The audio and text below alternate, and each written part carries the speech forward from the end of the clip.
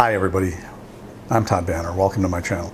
Well, I'm pretty well settled in. I should say we're pretty well settled in here in our new digs. Just had a chance, I got some comments on my couple of my videos, three of my videos.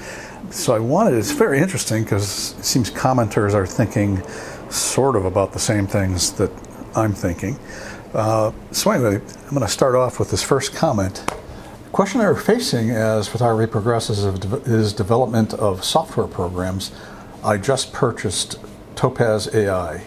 My question as a Micro Four Thirds photographer is, we will forever hear Micro Four Thirds is dead, full frame is the way to go, etc., etc., etc. Can programs such as Topaz AI compensate for Micro Four Thirds versus APS-C or full frame? Well, yes.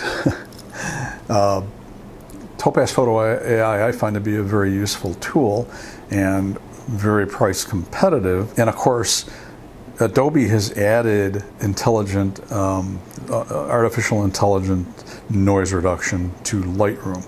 However, it will only work on RAW files. It does not work on any other file. And it creates a new RAW file, a new DNG file. The advantage to Topaz Photo AI is it'll work on it'll work on a JPEG, it'll work on a TIFF. It will output a JPEG. So what I've been using it for is, if I have an image that is sort of on the border, I'll just use it as a final step and output a JPEG with it.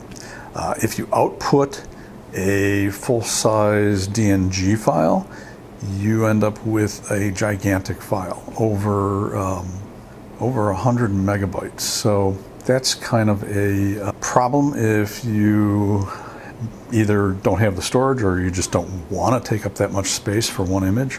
So, but the thing to remember is that Micro Four Thirds and Four Thirds before it have been around far longer than artificial intelligence noise reduction and sharpening programs. And people have used it for that long and gotten pretty decent results. And I think with the latest generation, or maybe say the latest two generations of Four Thirds sized imaging chips, you know, the difference between Micro Four Thirds or a camera using a Four Thirds sensor like the compact LX100 Mark II, the Lumix, and at least APS-C is not that significant, I don't think. You got to remember that the difference in sensor size between Four Thirds and APS-C is like the smallest difference there is amongst all of the sensor sizes.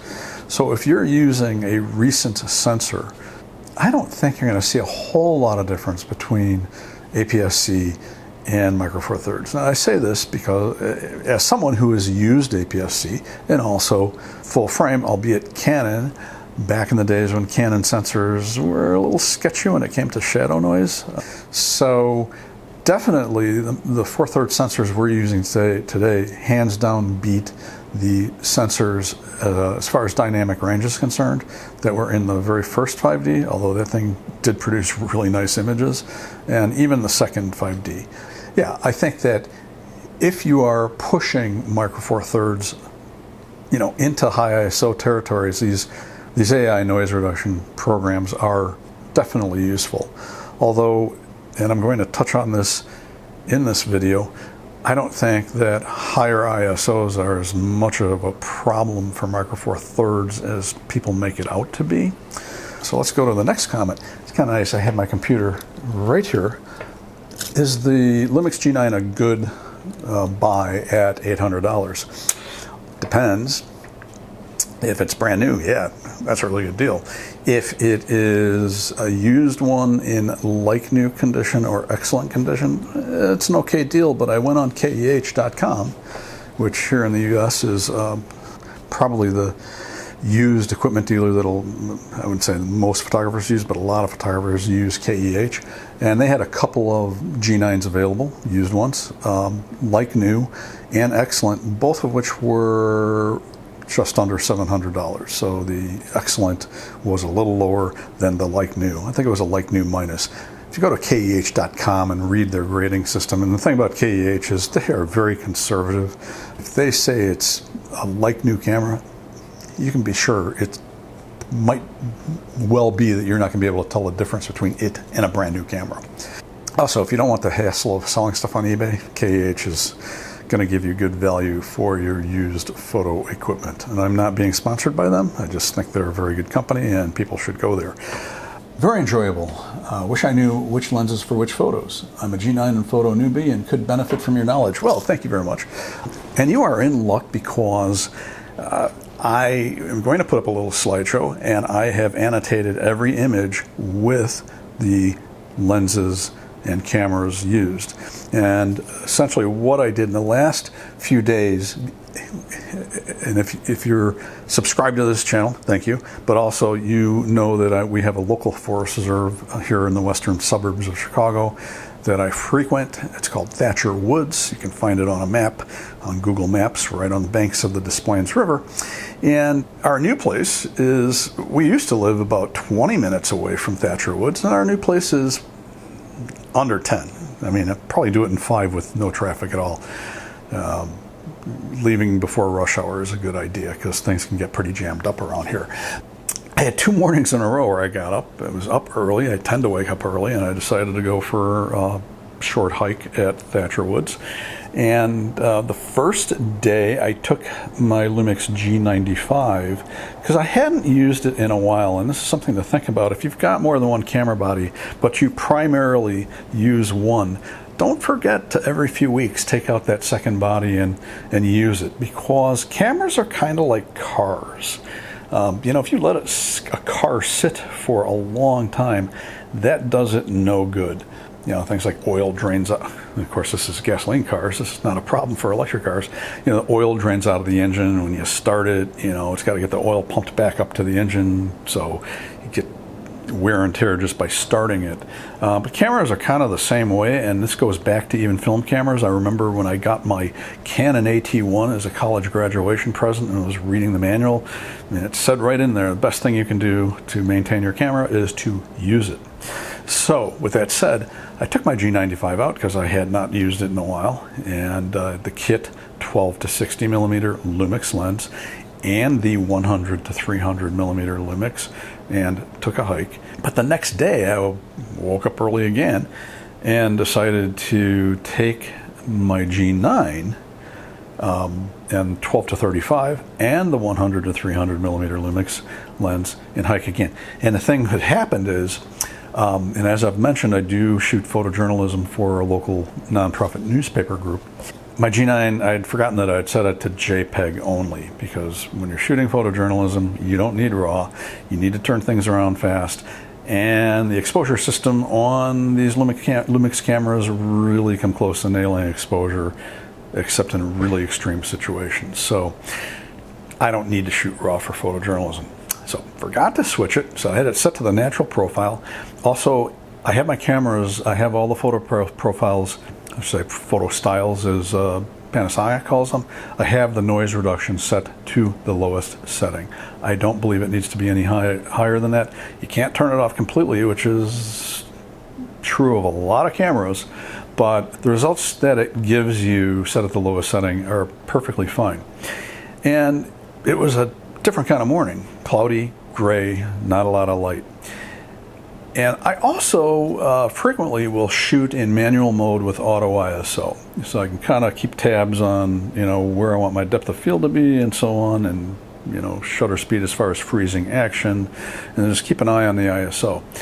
And I really wasn't diligent about keeping the ISO down, so we had some images where it crept up to 2000 and 2500. And you know what? Images look fine. Especially with JPEGs, because the noise reduction's built in. They really didn't need much else than what came out of the camera. I did some minor exposure adjustments. So I'm going to run that slideshow for you. It's got the information on each image in there, and I'll be back with a wrap-up.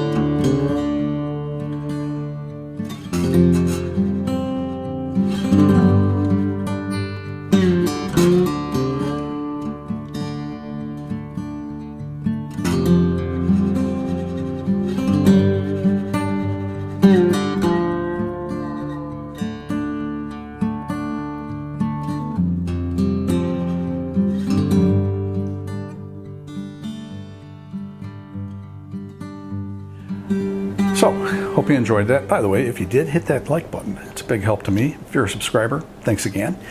One thing, if you notice that final image of the woodpecker, that is a fledgling downy woodpecker. And I took it with a 12 to 35, so I was really close. How did that happen? Well, I was walking along a trail, and it wasn't one of the main trails. It's kind of a back trail. It's kind of a shortcut, but people still use it. And I almost stepped on that guy. He was down, and I think it was a he because he's got a little tinge of red showing up in his top feathers, which downies, male downies have a red top knot. All of a sudden I saw motion. I looked down and there he was. And he was not really paying much attention to me at all. He was actually snapping up little insects. And I thought, a lot of people walk their dogs here. This isn't going to go well for you, little buddy. So I reached down and I kind of distracted him with one hand and scooped him up with the other, which he did not appreciate. So he started squawking and trying to bite me. Luckily, woodpeckers are designed to peck, not bite. And I just popped him onto the trunk of a tree next to the trail. And I could hear his parents giving their alarm call. So they knew where he was, and he scooted up the tree. That's how I got that photo with the 12 to 35. Anyway, that's it for now. If you have any comments, any questions further on these images, just pop them down below. I'm Todd Banner, and I will see you next time.